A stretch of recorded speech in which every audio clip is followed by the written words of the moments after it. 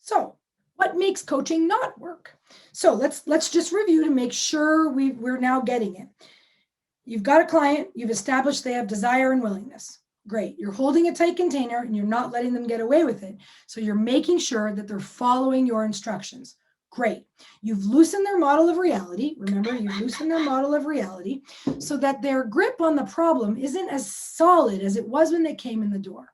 And so now you're doing the coaching tools. Whatever the coaching tools are that you use, maybe you use some of the ones we taught, but maybe you've got your own. Doesn't matter. Coaching tools, all coaching tools are great because change only requires desire and willingness, and it happens in a snap.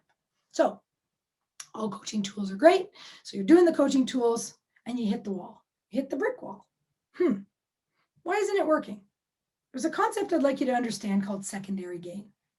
What secondary gain is when the gain from having or doing the problem exceeds the pain. Now, wait a second, Gina. Obviously, if someone's come to me and they want to, get better performance or whatever it is they do, they're not gaining from it, right? They want to change. Well, secondary gain isn't necessarily a nefarious thing. It's just the way in which the person is constructed is preventing them from actually solving the problem. Think of it like this. Let's say somebody is, I don't know. Let's say let's say I just light your foot on fire. Okay, so I light your foot on fire, go, my foot's on fire, oh my God, it hurts. Most human beings would put that out right away. But let's say in between me lighting your foot on fire and you blowing it out, somebody comes rushing in and goes, oh, poor baby, you know what, let me make you some dinner and do your laundry because your foot's on fire, and you obviously can't do it because your foot's on fire. You go, and I come to put the fire out. You go, no, hold on, I want to see what I can get here. I want to see, because it's a little bit of pain, my foot's on fire, but I'm getting my laundry done, and so maybe the gain of having my foot on fire is worth the pain of my foot being on fire. And that's called secondary gain, and it's a very powerful force.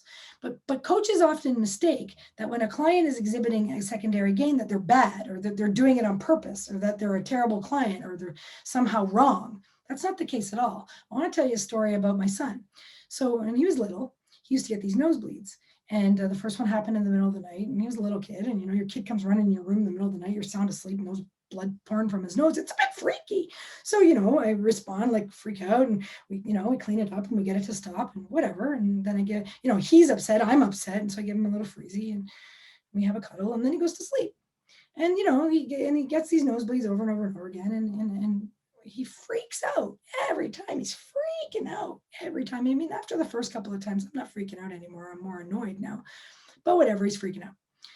So one day we're sitting there, middle of the day, no crisis. He's just coloring or doing something quietly. And I'm curious because as a coach, you need to be curious. Okay. So I'm just curious. So I say to my son, you get these nosebleeds every night. I get it. They're kind of yucky, but why do you freak out every night? We're always there. We take care of you. And he says, Mom, I'm learning in school that my heart pumps my blood. And you tell me that love is in my heart, that my heart's full of love. And so I'm scared that when my nose is bleeding, I'm losing all my love. And I was like, wow, what a model of reality, right? As a coach, I was blown away that just my one curious question elicited this model. Now I could totally understand, appreciate how he could freak out every night, right? And so I explained that wasn't the case.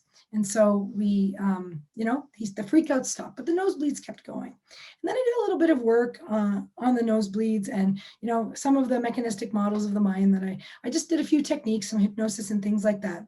And I was able to get the body to stop. And it was very successful and it was incredible. And so one night, months after, the nosebleeds completely stopped.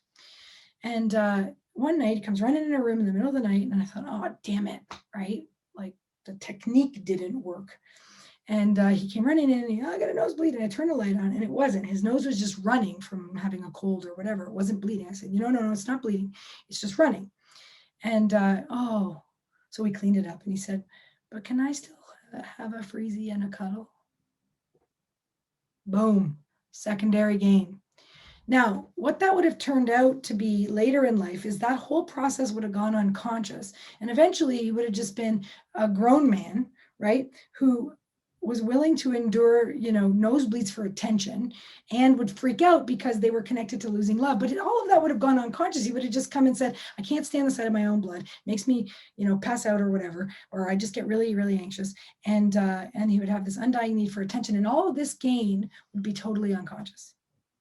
So secondary gain is often developed in childhood as a way of meeting the needs. Kids are very smart. They will meet their needs with whatever ways they can.